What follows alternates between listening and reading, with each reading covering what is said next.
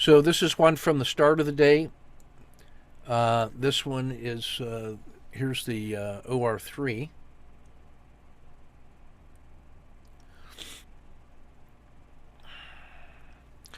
This one rolled over, started to collapse. The fall turned to winter, so I front run that here with a standard risk box there.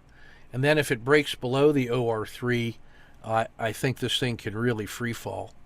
On the other side, what I'm looking at is if it does break out above this peak, I would be looking at a strong move to the upside. So this is in a critical state, starting to fail, and I'm ready to go. Standard exit for about 1 hour win. Stop and reversed with an SSC.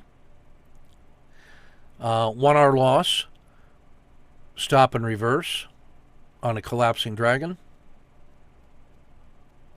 Second position on the second collapsing dragon.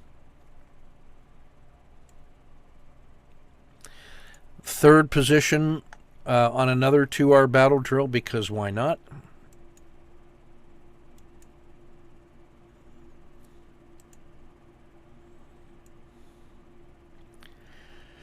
Exit all at the edge of the dragon.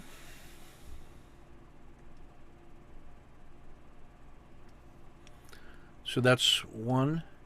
So 1, 2, 3, 4, 5, 6 on the first one. 3 on the second one. 1 on the third one, so that's about 10. This was +1, and that was -1. So those two scratch. So we're at about +10 on that one. Check or hold.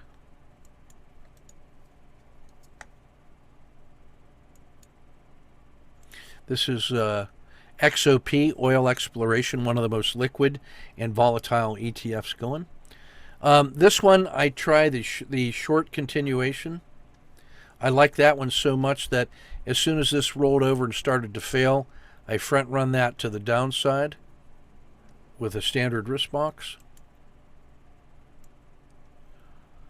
That just about scratches, and then stop and reverse on an SSC. Scratch.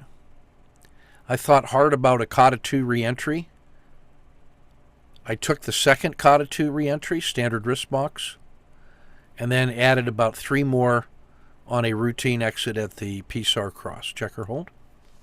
So that one is the symmetry of XOP. That's the oil and gas exploration. Notice that its failure is fast and that its recovery is a slow grind. That's why the collapsing dragon is our favorite pattern, but we're willing to trade this one because you can get paid.